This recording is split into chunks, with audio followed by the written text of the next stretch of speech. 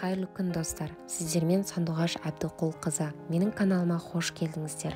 Бүгін сіздермен стив итальянский крем де капре итальянша десерттің рецептісімен бөлісетін боламын. Бізге су, кофе және аздаған қант қажет болады. Кофемізге бөлме температурасында тұрған суды құйып, жақсылап миксерлейтін боламыз. Менің каналыма подписка жасап, лайк басып, қоңыраушаны басып қоюларыңызды сұраймын. Қазақша контенттің дамуына үлес қосыңыздар. Осылай жақсылап миксерлеп аламыз. Соңынан қантымызды аздан сала отырып, көлемі ұлғайғанша миксерлеп аламыз.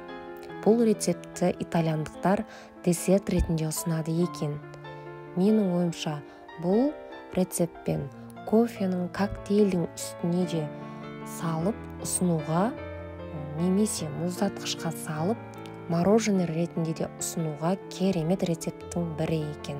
Маған өте қатты ұнады. Осылай әдемі ыдысқа салып,